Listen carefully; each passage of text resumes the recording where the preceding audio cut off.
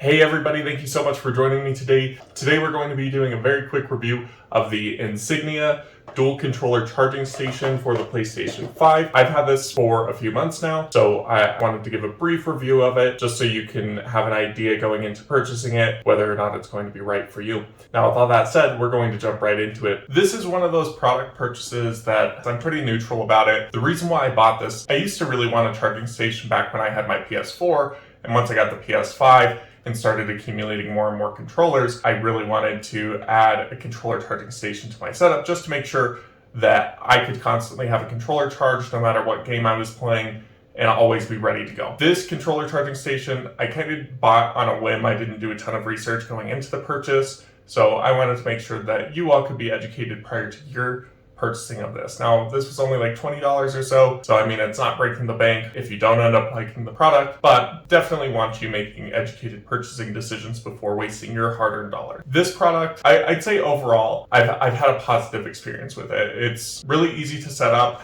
Literally all it is the station along with a cord. The cord is USB-C, so it does only plug into the front of the PS5, which is probably my biggest issue with it.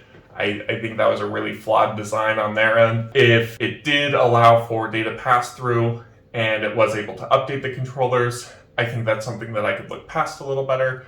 But as it stands, I tried updating my girlfriend's controller using this, and there's not data pass-through. So you still have to take another cord out, plug it into the front of the PS5 controller, and then update all of your controllers manually. Now, that would be a really smart feature if instead of having the controller pop on the docking station like this, instead invert it, have it face down, plug the USB into the front of it, and then when you're plugging the USB into the front of it, it allows for data pass-through. You're passively updating your controllers as the updates roll out. That way, when you're sitting there switching controllers or anything, you're not wasting time worrying about functionality of the controllers or needing to update them. You're just constantly ready to go. Now, I have found this product to be pretty convenient because if I'm sitting here playing with this controller, I get the warning sign on my PS5 that says your controller is about to die or it's low on battery, charge battery. I can easily pop this onto the charging station and then grab a different one. The lighting system on it's really intuitive. If it's that yellowish orangish color, it's going to indicate that it's charging. If it's blue, it indicates that it's fully charged. That way you can make good decisions when you're pulling the charger off the dock. This one is charged, this one is not. From a design perspective, I actually think they did a pretty good job. It has a little weight behind it.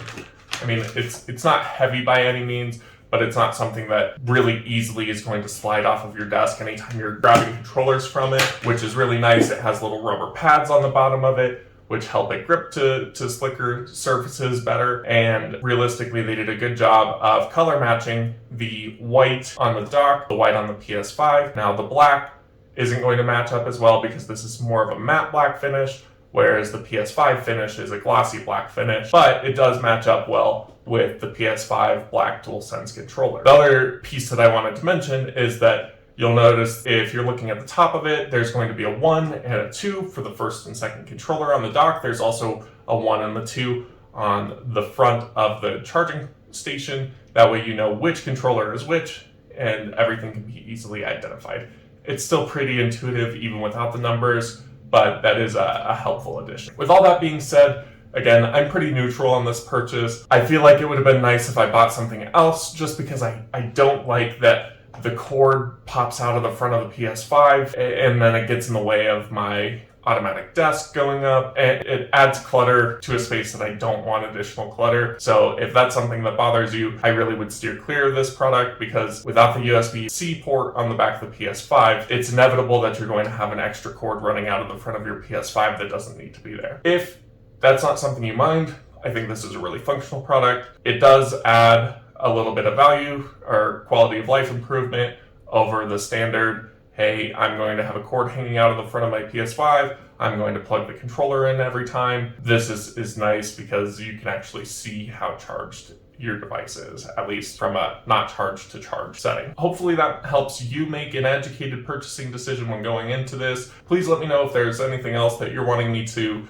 review and I will happily purchase it. and review it for you. But with all that being said, I appreciate you taking the time to watch this quick video, and I hope that you all have a great rest of your day. Thank you so much for watching.